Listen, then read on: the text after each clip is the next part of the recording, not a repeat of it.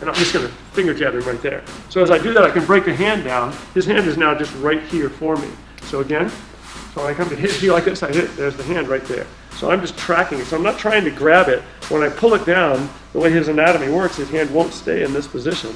It'll just turn into that position. So it just gives me that thenar eminence right there. Now I can just reach up and touch my ear, so I can take a hold of him, and now I have a wrist lock right there. So wrist locks come up in martial arts situations all the time, and basically every combatively effective martial art will have some repertoire of wrist locks. Certainly the same is true in Philippine martial arts.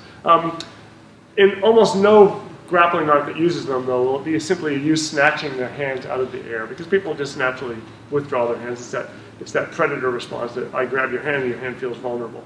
So more often than not, it'll be something that accidentally or incidentally happened in a situation. So to show you an example of that, if Roel throws a shot at me, I might parry the shot, and instead of trying to snatch his hand out of the air, I'm going to simulate slamming my fingers into his eyes. So he comes to hit me, and I'm just going to finger jab him right there. So as I do that, I can break the hand down. His hand is now just right here for me. So again, so when I come to hit you like this, I hit, there's the hand right there. So I'm just tracking it. So I'm not trying to grab it. When I pull it down, the way his anatomy works, his hand won't stay in this position. It'll just turn into that position.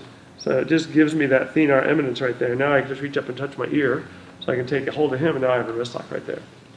So as we do that slow again, you'll see how the hand just presents itself, so I don't actually have to look for it. It's right there in my hand. There's the hit, there's the break. So this can now become many different things, depending on what I'm dealing with and what concerns I have with regard to his other hand. So I might hit him here. Maybe I miss this. Maybe I just palm him in the face. Break this down. I get a hold of this hand, but I see that other hand coming.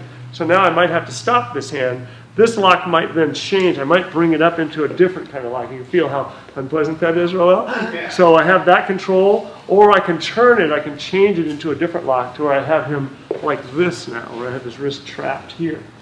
This is extremely unpleasant, but not difficult for him to counter. If he reaches his hand in, he can push his hand out flat, and that just counters it.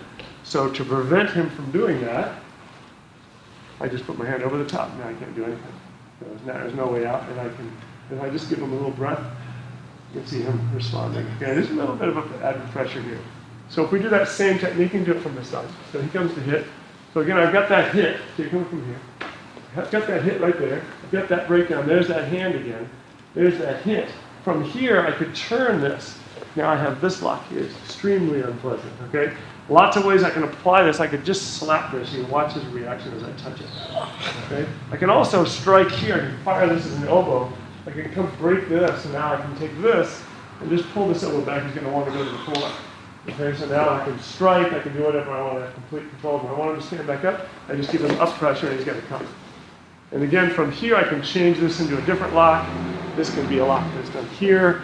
But all of them came off of that same original technique, which put me in this place when I came out of that technique. So if I enter here, I've got this break, I've got this, I've got this. I've got all these possibilities. I may step on the foot so that you can't adapt.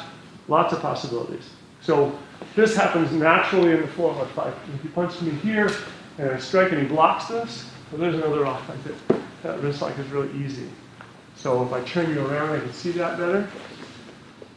So you come and strike to me, I come and hit you, parry it. So now I come underneath, there's the lock. So again, slow.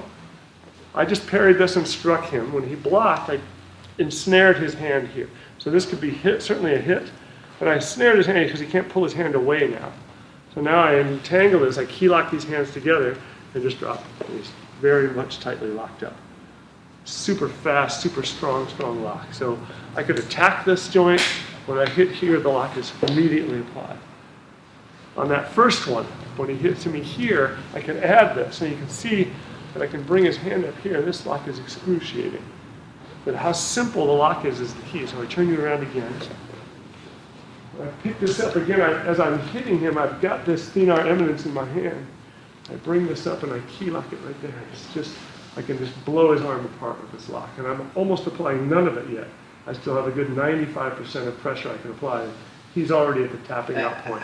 All right, so very, very quick locks. That's what we want them to be. They're just sort of like you've gotten your hand caught in a mangle, which is the old thing they used to put laundry in to crush it. Okay, just boom, your arm just gets broken right away. So that's kind of wrist locking from Filipino martial arts.